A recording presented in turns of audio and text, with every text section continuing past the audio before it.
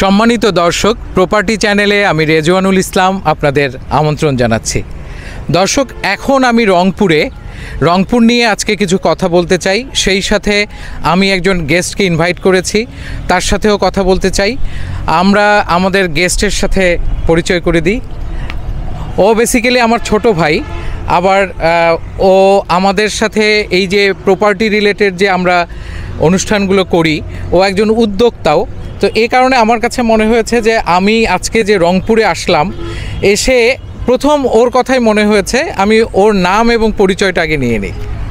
আমি Muntasir Mamun, owner Rangpur sanitary and electric gallery. রংপুরে এটা স্যানিটারি ম্যাটেরিয়ালের শোরুম, এটা গোমস্তাপাড়ায়। আমি এই বিজনেসটা করছি লাস্ট 2-2.5 বছর থেকে আর কি।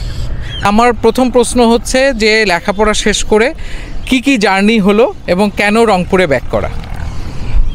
ধন্যবাদ লিমন ভাই। আমি আসলে যখন রাশিয়ান ইউনিভার্সিটি থেকে BBA কমপ্লিট করে যেভাবে সবাই চাকরির অন্বেষণে ঢাকায় যায়, আমারও যাত্রা ছিল সেরকমই। ঢাকায় গেলাম, তারপরে ব্যাংকে আমার ক্যারিয়ার শুরু করলাম।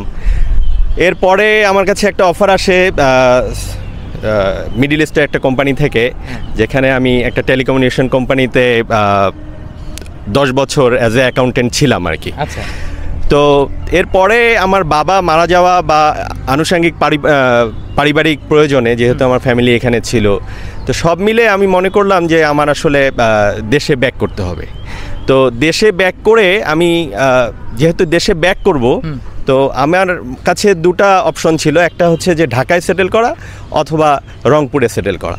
তো সব মিলিয়ে আমার যেহেতু রংপুরে অপরচুনিটি বেশি ছিল, এই কারণে আমি রংপুরকে চুজ করছি যে আমার নতুন যে জার্নিটা শুরু হবে এইটাকে সাস্টেইন করানোর জন্য।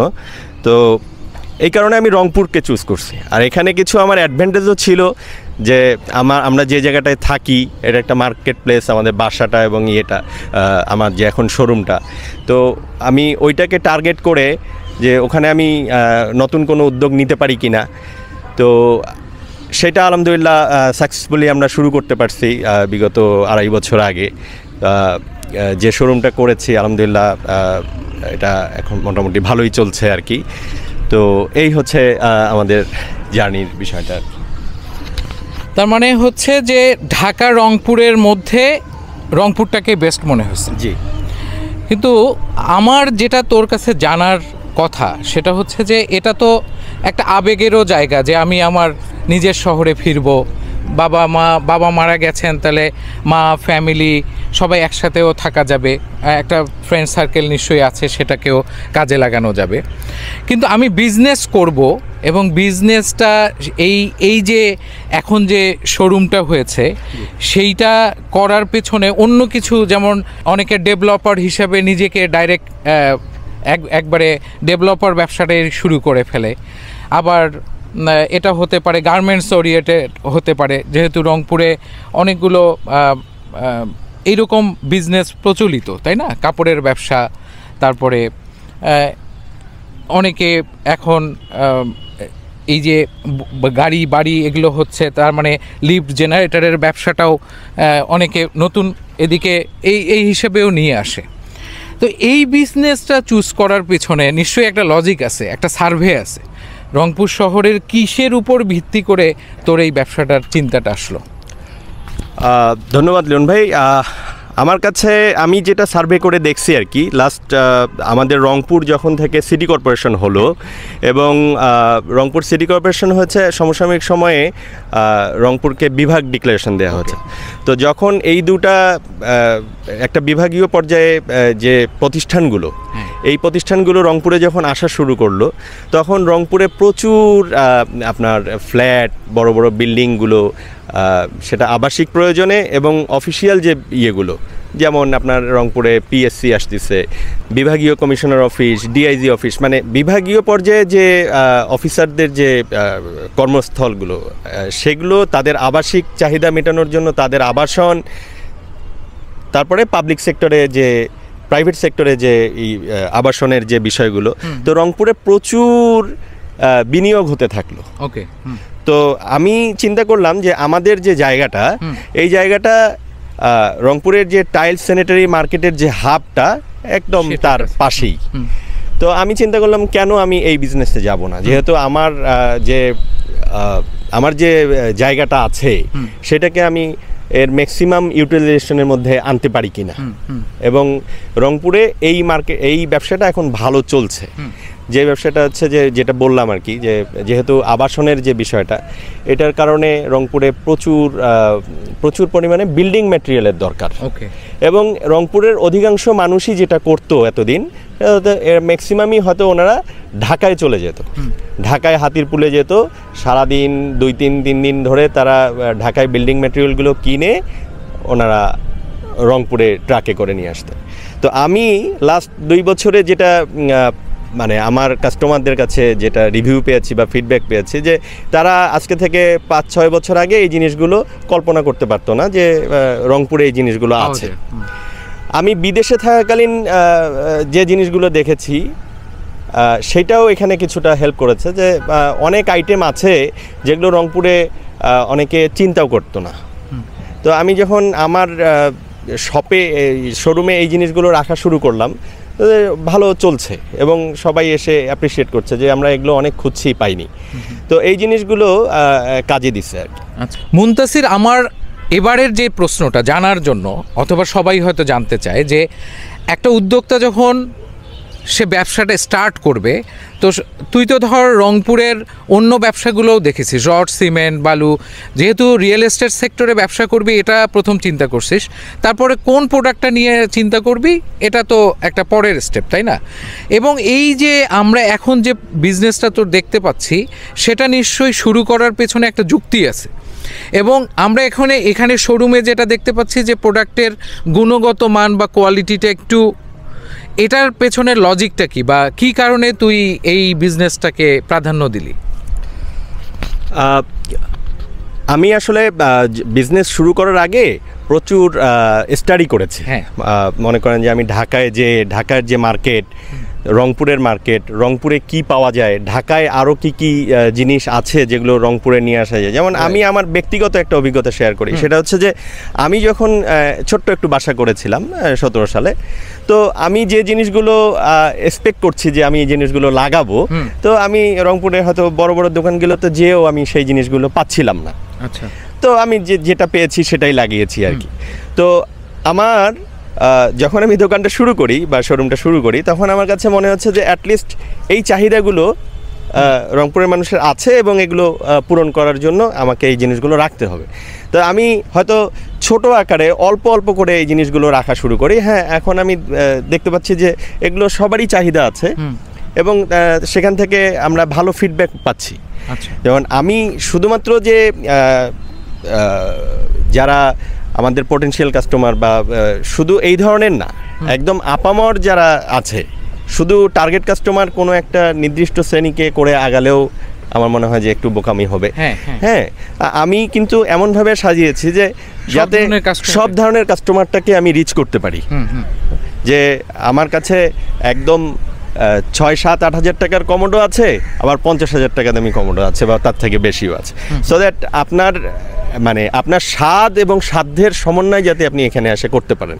আচ্ছা, এই বিষয়টা আমি মাথায় রেখে এখানে একটা জিনিস আমরা যদি জানতে চাই, সেটা হচ্ছে যে আমরা এই যে সব ধরনের কাস্টমার, এটা অনেকেই করতে চায় না, মনে করে যে মিড রেঞ্জের বা লো গ্রেডের প্রোডাক্ট, সব ধরনের প্রোডাক্ট তুললে নিশ্চয়ই সেলটাও ভালো হয় এবং অনেকের এখানে অনেক ধরনের কাস্টমার পাওয়া যায়।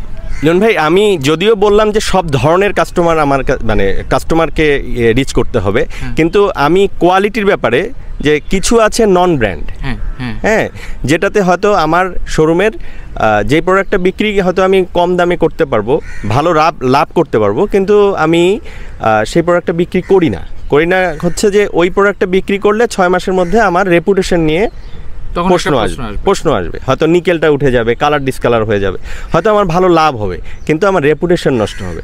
তো অ্যাটলিস্ট যেই কোম্পানিগুলো 10 to 15 ইয়ার্স তারা ভালো ব্যবসা করছে, তারা মার্কেটে টিকে আছে, কারণ ব্যবসা করতে না পারলে বা প্রোডাক্ট ভালো না হলে তারা মার্কেটে টিকে থাকতে পারতো না। তো আমি মানে রেঞ্জগুলো যেমন ঠিক করছি, ওই কোম্পানিগুলোকেও চুজ করছি ওইভাবেই, যে যারা তাদের পরীক্ষায় উত্তীর্ণ, তারা 15-20 বছরের যে মার্কেটে একটা শেয়ার নিয়ে আছে, সেই কোম্পানিগুলোকেই আমি চুজ করছি।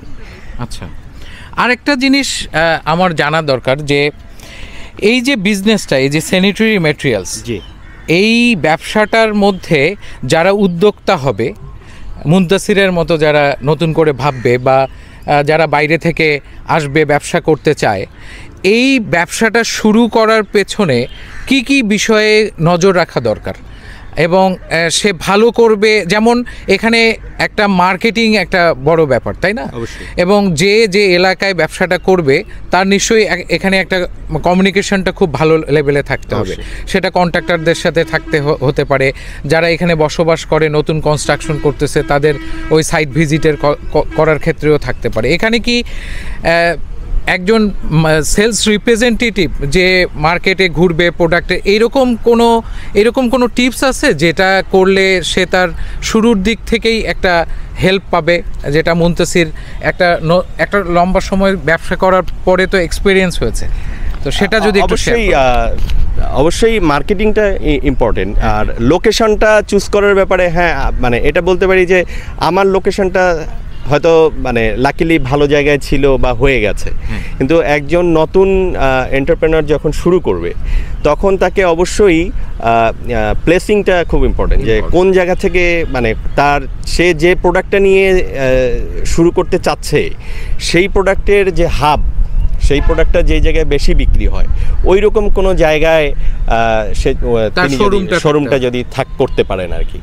তো ওই জিনিসগুলো তাকে আগেই অ্যানালাইসিস করতে হবে, স্টাডি করতে হবে, প্রোডাক্টের সোর্সিং কোথা থেকে হবে, সেই জায়গায় যে আপনাকে প্রাইসগুলো কেমন, সেলিং পয়েন্টে প্রাইসগুলো কেমন, ওই জিনিসগুলো অ্যানালাইসিস করতে হবে। আপনার ডেকোরেশনটা কেমন হবে, আপনি কি চাচ্ছেন, টেস্টটা কি দিতে চাচ্ছেন, আপনি নতুন উদ্যোক্তা, আপনি অন্যান্য যে আপনার কম্পিটিটর তারা তাদের শোরুমগুলো কিভাবে সাজিয়েছে, কি ধরনের প্রোডাক্ট রয়েছে, তো আপনি কি ধরনের প্রোডাক্ট দিতে চান, আপনার যে টেস্ট, সেই টেস্টটা মানে আপনার যারা টার্গেট কাস্টমার যারা, তাদেরকে আপনি কি টেস্ট দিতে চান, এই বিষয়গুলো নিয়ে আপনাকে একটু অবশ্যই শুরু করার আগে এই বিষয়গুলো নিয়ে অবশ্যই অ্যানালাইসিস করতে হবে।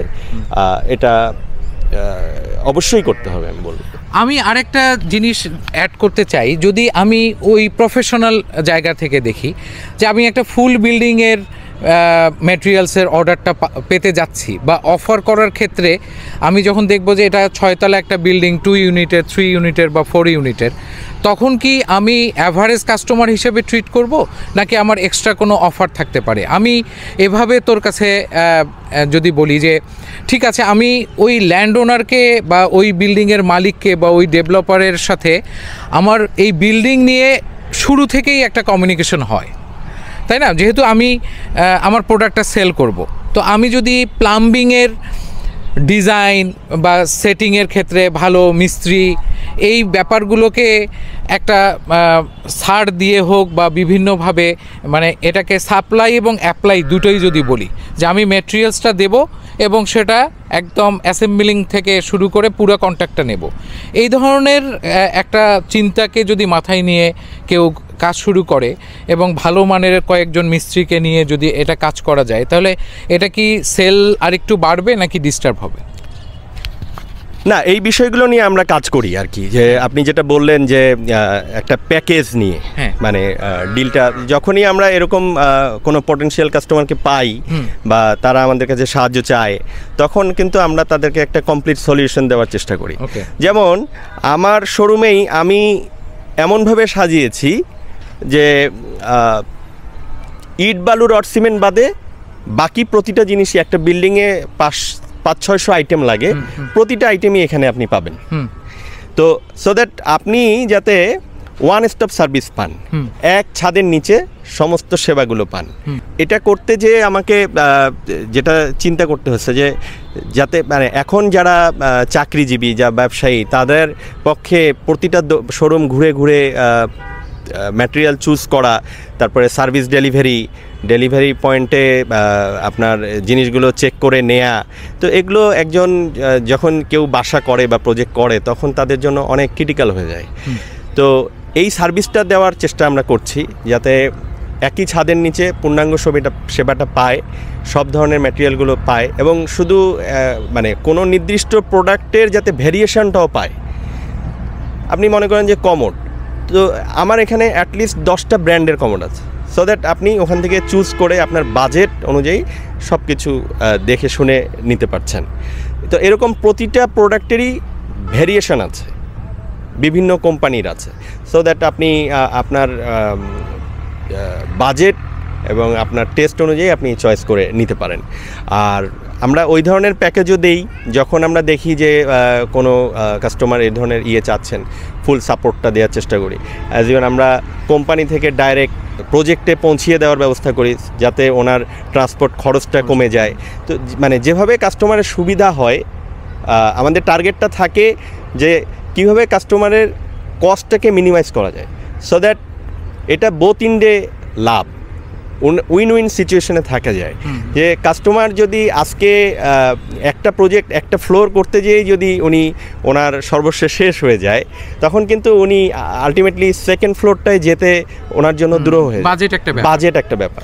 এখন প্রোডাক্টের আমি 2-2.5 বছর হলো ব্যবসা করছি, আমি দেখছি যে অ্যাটলিস্ট 30 to 40% প্রোডাক্টের দাম বেড়ে গেছে। এটা আমার চোখে দেখা আর কি। তো একটা কাস্টমার বা একজন ব্যাংকার যে পরিমাণ স্ল্যাবটা পেতো আগে, 1-1.5 কোটি টাকার যে স্ল্যাবটা পেত, তো আগে এটা দিয়ে একটা 3-4-5 তলা তারা বাড়ি করে ফেলছে। এখন কিন্তু সেটা তার পক্ষে সম্ভব হচ্ছে না। উনি 40-50 লক্ষ টাকা দিয়ে হয়তো ল্যান্ডটা পারচেস করার পরে খুব বেশি হলে 1 থেকে 1.5 তলা পর্যন্ত যে উনি ওনার যে বাজেটটা পেয়েছেন সেটা শেষ হয়ে যাবে। অন দ্য আদার হ্যান্ড যে মানে তার ইনস্টলমেন্ট দেওয়া শুরু হয়ে গেছে বা তার স্যালারি কাটা শুরু হয়ে গেছে, আগাবে কীভাবে? তো এইভাবে আমরা চিন্তা করে দেখছি যে কীভাবে তার মানে কস্টটাকেও মিনিমাইজ করা যায়। আমরা এই চেষ্টাটা করি এই কারণে যে উনি ভালো থাকলে আমি ভালো থাকবো। উনি যদি বাসা করেন আলটিমেটলি আমার বিজনেস হবে, কিন্তু একদিনই যদি আমরা মনে করি যে না মানে আমাকে ম্যাক্সিমাম প্রফিটটাই আজকেই করে ফেলতে হবে, মানে আমরা ওইভাবে গোলটা সেট করি নাই। আমরা সেট করছি যে হ্যাঁ আমরা বিজনেস করব, আমরা যাতে দীর্ঘদিন মার্কেটে টিকে থাকতে পারি, কাস্টমার স্যাটিসফ্যাকশনটা যাতে পরিপূর্ণ থাকে আমাদের রংপুর স্যানিটারি এবং ইলেকট্রিক গ্যালারির প্রতি, এটা আমাদের টার্গেট গোল আছে আর কি, যে যাতে কাস্টমার আমাদের প্রতি স্যাটিসফাই থাকে আর কি। আমি তোর কাছ থেকে আরেকটা বিষয়, মানে আমরা আসলে যেহেতু বিজনেস নিয়ে আলোচনা করছি, সো আমরা আমাদের মাথায় যা যা আছে সেটা ডিসকাস করলে কি হবে, এটা তোর ক্ষেত্রেও তোর অপিনিয়নটা নিলাম, কিন্তু যারা উদ্যোক্তা তাদেরও তো কাজে লাগবে। হ্যাঁ অবশ্যই। আমরা যদি এরকম করি যে আমার শোরুমে লাইভ প্রোগ্রাম হচ্ছে, জি, আমার টার্গেট কাস্টমার কিভাবে জানবে যে তোর শোরুমটা আসলে শুধু বিজনেস করছে না, এটা একটা সোশ্যাল অ্যাক্টিভিটিসের সাথেও জড়িত। আমরা যদি এরকম হয় যে মাসে 1 দিন হোক বা 2 দিন হোক এরকম এক্সপার্টকে আনা, যে প্লাম্বিংয়ের কোন কোন দিকটা খেয়াল রাখা উচিত বাড়ির যখন কনস্ট্রাকশন শুরু হবে, অথবা তোর শোরুমে যে ম্যাটেরিয়ালসগুলো আছে সেটাকে কিভাবে অ্যাসেম্বলিং করা, এটা ভালো মানের একটা মিস্ত্রি যদি না হয় সে কোন কোন সমস্যাগুলো হতে পারে, ফিটিংসগুলো নিয়ে কথা বলা, প্রোডাক্টের কোয়ালিটি নিয়ে কথা বলা, এটা যদি লাইভ হয় তাহলে কি হয়, ডিজিটাল মার্কেটিং ছাড়া কোনো বিজনেস কিন্তু এখন চলবে না। সো আমি অফলাইন এবং অনলাইন দুইটা মার্কেটকে আমাকে ধরতে হবে। আমি যে লোকটা সারাদিন অফিস করলো সে তো সন্ধ্যার সময় হয়তো ফ্রি হতে পারে বা রাত 10টার সময় ফ্রি হতে পারে, তখন তাকে কিন্তু আমি একমাত্র অনলাইনেই পাচ্ছি। ওই টার্গেট কাস্টমার হয়তো তখন ইউটিউবে যাচ্ছে, ফেসবুকে যাচ্ছে, কিছু একটা করছে, তখন সে নলেজটা পাচ্ছে যে হয়তো আগামী বছর বাড়ির কাজটা ধরবে। তো আমার টার্গেট কাস্টমারকেও কিন্তু আমি ম্যাচিউর করতে চাই। সো এই রকম অ্যাক্টিভিটিস, এই যে অনলাইনে বা ফেসবুক লাইভে এসে এক্সপার্ট ওপিনিয়ন দেওয়া বা প্রোডাক্টের কোয়ালিটি নিয়ে শোরুম থেকে কোনো ধরনের ভিডিও আপলোড করে দেওয়া, একটা ফেসবুক পেজ থাকা, এগুলো কি সেলসে ইম্প্যাক্ট ফেলতে পারে কি না? জি, অবশ্যই এগুলো সেলসে অবশ্যই ইমপ্যাক্ট ফেলে। মানে আমরা আমাদের রংপুর স্যানিটারিরও একটা ফেসবুক পেজ রয়েছে, যেখানে হয়তো আমরা আমাদের নিত্য নতুন যে প্রোডাক্টগুলো ঢাকা থেকে বা চায়না থেকে আসছে সেগুলোর ছবি আমরা আপলোড করে থাকি, হয়তো কাস্টমার ফিডব্যাকও পাই, এবং সেগুলো দেখে অনেক কাস্টমার যারা রংপুরের না, যেমন কালকেই ঠাকুরগাঁ থেকে একজন সম্মানিত কাস্টমার আসলেন এবং উনি ছবি দেখে দেখে যেগুলো চুজ করে রাখছেন, আসে জাস্ট সিলেক্ট করে অর্ডার করে দিয়ে চলে গেছেন। তো এটা হচ্ছে অ্যাডভান্টেজটা হচ্ছে যে এই ডিজিটাল মার্কেটিংয়ের সুবিধাটা হচ্ছে এটা, যে উনি ওখান থেকেই ডিসিশনটা নিয়ে ওনাকে 10টা দোকান ঘুরতে হয়নি।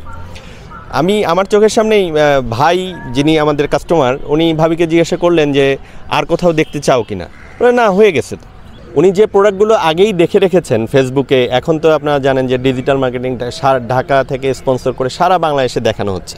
তো উনি যে প্রোডাক্টগুলো চুজ করে রাখছেন, বাট অনলাইনে অর্ডার দিতে ভয় পাচ্ছিলেন। ভয় পাওয়ার কারণটা হচ্ছে যে আমি কি ওই মানের ওই কোয়ালিটির প্রোডাক্টটা পাবো কিনা, আমার টাকাটা তসরুপ হবে কিনা বা মাইর যাবে কিনা।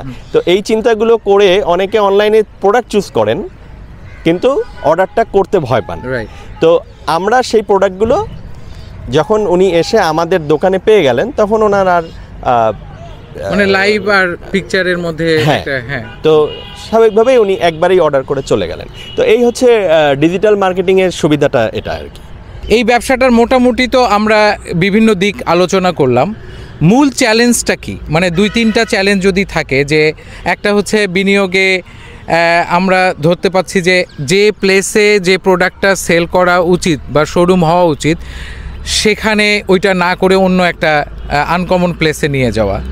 আবার এই রকম টাইপের কি চ্যালেঞ্জ, মানে আমি নিজের দ্বারাই ভুল করলাম যেটা ব্যবসার ক্ষতি হয়ে গেল, এরকম কোন কোন জায়গাগুলো অ্যাড্রেস করা যেতে পারে, যেটা যারা নতুন উদ্যোক্তা হবে তারা যেন এই ব্যাপারগুলো একটু খেয়াল রাখে? এই মুহূর্তে যে চ্যালেঞ্জটা আমার কাছে সবচেয়ে বেশি ইম্পর্টেন্ট মনে হচ্ছে যে আমাদের মূল্যস্ফীতি। হ্যাঁ, আপনি জানেন যে ডলার প্রাইস বিগত 1 বছরের মধ্যে 84-87 থেকে একবারে 120 টাকার মতো হয়ে গেছে। তো আলটিমেটলি মানে 40 টাকার মতো বেড়ে গেছে অনেক। তো কি হয়েছে, যেটা বলছিলাম একটু আগেই, যে একজন মানুষ যে বাজেটটা নিয়ে আপনার বিল্ডিংয়ের কাজ শুরু করেছে, সে আলটিমেটলি সেই বাজেটের মধ্যে থাকতে পারছে না। উনি যদি চিন্তা করে থাকেন যে উনি একটা 5তলা বিল্ডিং করবেন, তো সেই বিল্ডিংটা আলটিমেটলি যে 3 তলায় যে শেষ হয়ে যাচ্ছে। অন দ্য আদার হ্যান্ড তার কিন্তু ইনস্টলমেন্ট দেয়া বা স্যালারি কাটা শুরু হয়ে গেছে। তো এই বিষয়টা কিন্তু একটা আমাদের ব্যবসার উপরে বিগত 4-6 মাস থেকে আমরা দেখছি যে একটা নেতিবাচক প্রভাব অলরেডি পড়ে গেছে, সেল কমে গেছে। এটা আপনি সামগ্রিক যে মূল্যস্ফীতি সেটার কারণে। আর সেল যখনই বাড়বে তখনই তো বিজনেসটা ফ্লেক্সিবল হবে। আমি আরো রিস্ক নিব, আরো কোয়ালিটির। এখন তাহলে বড় রকমের বিনিয়োগ করাটা একটু ঝুঁকির ব্যাপার। মানে স্মল থেকে আস্তে আস্তে এটা গ্রো করা ওটাই বেটার। বড় শোরুম করা বা এই রকম, আর মার্কেটটা কত কীরকম ভলিউমটা সেটা বুঝেও, বা কাস্টমারের কীরকম আনাগোনা করে, এটা একটু স্টাডি করে নিয়ে তারপর মনে হয় একটা এই ধরনের উদ্যোক্তা হওয়াটার ব্যাপারে চিন্তা করাটা ভালো। অবশ্যই লিমন ভাই, আপনি যেটা বলেছেন যে আমি যখন শুরু করেছি, আমি 2009-এর দিকেও যখন শুরু করেছি, তখন করোনাকালীন লকডাউন বা অন্যান্য বিষয় মিলেও আমরা যেটা ভাবছিলাম যে আমাদের অর্থনীতি হয়তো ধ্বংসের দ্বারপ্রান্তে চলে যাবে। কিন্তু আমি যত শোরুমের কাজ করার সময় যত দোকানে গিয়েছি বা এখনও যাদের সঙ্গে কথা বলি ব্যবসায়ী ভাইদের সাথে, তারা সবাই এক বাক্যে একটা কথা বলেছে যে করোনার সময় বিজনেস ভালো হয়েছে। তখন একটা অর্থনৈতিক চাঞ্চল্য ছিল, যেটা এই মূল্যস্ফীতি বাড়ার কারণে, এবং আপনি নিশ্চয়ই খেয়াল করে থাকবেন যে ব্যাংক ইন্টারেস্ট রেটগুলো অনেক বেড়ে গেছে। আগে যেটা 6-9 ছিল, এখন সেটা মোরলেস ডাবল ডিজিট 14-15%-এর দিকে চলে গেছে।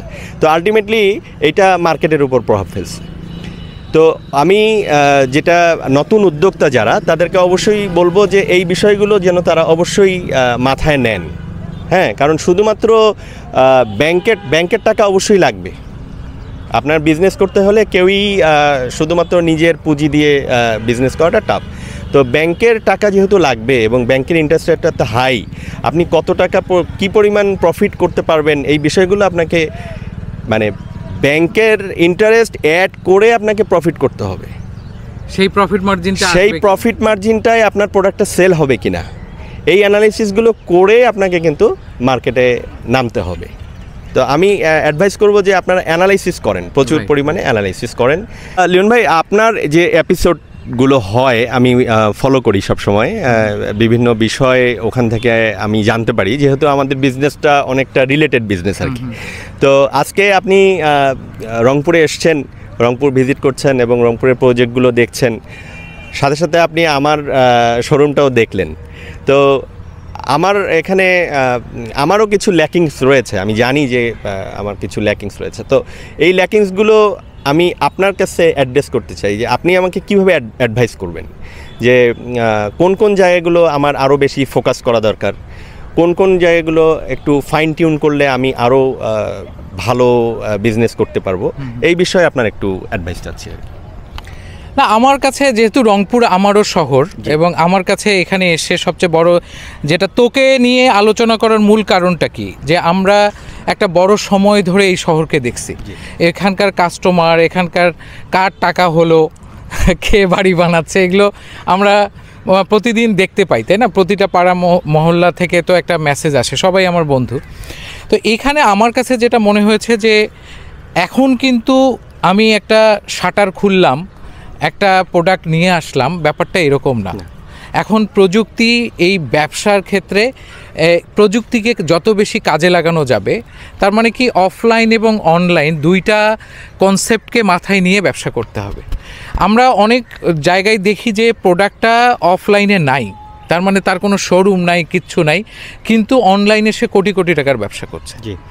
সো আমার কাছে যেটা মনে হয় যে এই জায়গাটায় রংপুরে আমরা যারা কোম্পানিগুলোকে নিয়ে আসে, যেমন প্রপার্টি ফেয়ার হয়, এরকম প্রোডাক্টগুলোর স্যানিটারি হোক বা সিভিল ম্যাটেরিয়ালস যেগুলো হয়, এই তোদের মতো যারা এখানে লিড করছিস বা উদ্যোগ নিয়ে সামনে অনেক বড় ফিউচার দেখছিস, তারা যদি এখানে কোনো ফেয়ার অ্যারেঞ্জ করা যেতে পারে, যে মানুষ আসলে 2-3 দিনের জন্য এরকম প্রোডাক্ট চিনুক, একটা এরকম ছোট কোনো একটা জায়গাকে নিয়ে আমরা যদি এই প্রোডাক্টগুলোর গুণগত মান কিভাবে ব্যবহার করতে হয়, একটা ভালো মানের বিল্ডিং কিভাবে তৈরি করতে হয়, এটা কাউন্সিলিংও হবে, কিন্তু প্রোডাক্ট নলেজটা পেলে এই খারাপ মানের যে প্রোডাক্টগুলো, যেটা আসলে 2 মাস 3 মাস পরে নষ্ট হয়ে যাচ্ছে, তাই না, সেটা থেকে মানুষ একটা ক্লিয়ার মেসেজ পাবে যে না, আমরা ভালো মানের প্রোডাক্টকে কেন ব্যবহার করতে বলি। এবং একটা বিল্ডিংয়ের স্বাস্থ্যবান বিল্ডিং যদি আমরা বলি যে একটা লং টার্ম সার্ভিস দিবে একটা প্রোডাক্ট, সেই ব্যাপারটা এখানে সোশ্যাল অ্যাওয়ারনেসটা তৈরি করা। আমি শুধু দোকানে বা শোরুমে বসে থেকে প্রোডাক্ট সেল করব, এইটা থেকে বের হয়ে যদি আমি কমিউনিকেশন লেভেলটাতে যাই, আমার এখানে যারা ডিজাইন করছে আর্কিটেক্ট, এখানে যারা স্ট্রাকচারাল ইঞ্জিনিয়ার, এদের সাথে তোদের মতো উদ্যোক্তা যারা, তাদের একটা সমন্বিত লাগবে, মানে এটা একটা প্যাকেজ হতে হবে, যে তারা জানবে যে মুনতাসিরের শোরুমে কি কি আছে, এই মেসেজটা যিনি ডিজাইন করেন তার কাছে থাকতে হবে। তাহলে কি হবে, তার কাছে যে কাস্টমারটা যাচ্ছে তার রুচির উপরে মুনতাসিরের প্রোডাক্টটাও সে কিন্তু চিন্তা করা শুরু করবে, যে না, আপনি ওই শোরুমে যেতে পারেন, এখানে ডিফারেন্ট কিছু আইটেম আছে যেটা আপনার সাথে যায়। হ্যাঁ, আবার আমরা কি এরকম একেবারেই মানে ভালো মানের শ্রমিক তৈরি করতে পারিনি, মানে আমি যেগুলো ধর প্লাম্বার, এটা যদি ভালো মানের না হয় তাহলে সে এখানে সেটিং করতে যেয়ে নষ্ট করে ফেলছে। একটু এক্সপেন্সিভ যেগুলো, সেগুলো তো একটু টেকনিক্যালি ব্যাপার থাকে, তাই না, সেটার অ্যাসেম্বলিংয়ের ক্ষেত্রে আমি বলবো আরও একটু বেশি এক্সপার্ট হওয়া উচিত। এগুলো যদি ট্রেনিং করে নিয়ে আসা যায়, কোম্পানির মাধ্যমে যদি ট্রেনিং করা যেতে পারে, এখন তো প্রচুর চাইনিজ প্রোডাক্ট আমাদের দেশে আসে, আমরা যদি এইরকম ওই কোম্পানিদের সাথে ডিরেক্টলি টাই আপ হতে পারি। আর একটা হচ্ছে কোম্পানির আমার মনে হয় হাব করা, যে ঢাকার যারা মাল নিয়ে আসে তারা যে প্রাইসটা সেট করে সেটা সারা বাংলাদেশের প্রাইস হয়। আমরা যদি জোন ওয়াইজ একটা উদ্যোগ নিতে পারি, যে 5-10 জন মিলে আমরা এই প্রোডাক্টটা নিয়ে আসব, তাহলে প্রোডাক্টের কোয়ালিটিটাও আমরা এলাকা ভিত্তিক চুজ করতে পারি এবং আমরা একই মন মানসিকতা যারা ব্যবসায়ী তারা জেলা ভিত্তিক 7টা জেলা মিলে 7 জন উদ্যোগ নেওয়া যে আমরা এইটা নিয়ে এসে এখানে ডিসপ্লেতে আনবো, তাহলে আমার মনে হয় প্রোডাক্টের কস্টিংটাতেও যেহেতু কস্ট বেড়ে যাচ্ছে, কাস্টমার ছুটে যাচ্ছে, তো কাস্টমারকে আমি কিভাবে এই লো কস্টে নিয়ে আসতে পারবো। আমার এমন হতে পারে যে চায়না থেকে ডিরেক্টলি আমাদের কাছে প্রোডাক্টটা আসবে। এই জায়গাগুলোতে আমার মনে হয় ফোকাসটা দিলে এটা আস্তে আস্তে আমার মনে হয় যে কাস্টমারকে একটু রিল্যাক্স করতে পারবো। তো আমার সাজেশন গেল, এখন যদি এমন হয় যে আমাদের এই ভিডিওটা আজকে যারা দেখেছে অনলাইনে তারা এসে বলল যে মুনতাসির ভাই আপনাদের ভিডিওটা দেখলাম এবং আমরা জানলাম যে আপনার শোরুমে নাকি অনেক ভালো মানের, সেই কাস্টমারটা কি পাবে? ধন্যবাদ লিওন ভাই। যেহেতু আপনার চ্যানেলের মাধ্যমে আপনার মাধ্যমেই আমি আমার সম্মানিত কাস্টমারদেরকে জানাতে চাই যে আপনার রেফারেন্সে বা এই ভিডিওটা দেখে বাংলাদেশের যে কোনো প্রান্ত থেকে যদি কেউ আসেন তাহলে আমি আপ টু 30% ডিসকাউন্ট হবে। এটা প্রোডাক্ট ভেদে, সব প্রোডাক্টেই যে হবে তা না, ডিফারেন্ট প্রোডাক্টে ডিফারেন্ট ডিসকাউন্ট অফার থাকে, সবগুলোতেই যে আবার দিতে পারি তাও না। আর আরেকটা বিষয় যেটা মোর ইম্পর্টেন্ট, ডিসকাউন্ট হয়তো বিভিন্ন দোকানেই পাবেন, যে আমি আমার ব্যবসা শুরু থেকেই যেটা চেষ্টা করি সেটা হচ্ছে যে আমার 2টা স্ট্রেংথকে কাজে লাগানোর চেষ্টা করি। একটা হচ্ছে যে আমার যে দোকানটা রয়েছে বা আমার শোরুমটা যেখানে রয়েছে সেটা আমাদের নিজস্ব জায়গায়, তো আলটিমেটলি এখান থেকে হয়তো আমাকে ভাড়া দিতে হয় না, আমার কোনো সিকিউরিটি মানি দিতে হয় না, তো এইটা আমার প্রোডাক্টের দামটাকে সহনীয় পর্যায়ে রাখতে সহযোগিতা করে। তো আমি এতটুকু আপনার চ্যানেলের মাধ্যমে এতটুকু অ্যাসিওর করতে পারি যে আপনারা অন্য দোকানের সঙ্গে কম্পেয়ার করে আমার দোকানে আসবেন, সো দ্যাট আপনি কম্পেয়ার করে বেস্ট প্রাইসটাই যাতে আপনি পেতে পারেন। ধন্যবাদ। তোকে অনেক অনেক ধন্যবাদ, অনেক ব্যবসার সময় বের করে আমাদেরকে সময় দেওয়ার জন্য। ভবিষ্যতে আবারও কথা হবে, আমি রংপুর যখন আসব আবার দেখা হবে। আমার দর্শকদের জন্য শুভেচ্ছা দেওয়ার অনুরোধ করছি। ধন্যবাদ লিমন ভাই আমাকে আপনার গুরুত্বপূর্ণ সময় দেওয়ার জন্য। আর সাথে সাথে ধন্যবাদ জানাতে চাই প্রপার্টি চ্যানেল বিডি তার দর্শকদেরকে যারা দীর্ঘদিন ধরে আপনার চ্যানেল সাবস্ক্রাইব করে দেখছেন, উপকৃত হচ্ছেন। আমরা যারা উপকৃত হচ্ছি আপনার এই অ্যাডভাইসগুলো পেয়ে। আর ধন্যবাদ জানাবো আমার সম্মানিত কাস্টমারদেরকে এবং ওয়েলকাম জানাবো আমার প্রতিষ্ঠানে Rangpur sanitary and electric gallery Rangpur. এটা গোমস্তপাড়ায়, দেওয়ানবাড়ি রোড, রংপুরে। আপনারা আসবেন, আপনাদের প্রতি এই আমন্ত্রণ রইল। ধন্যবাদ।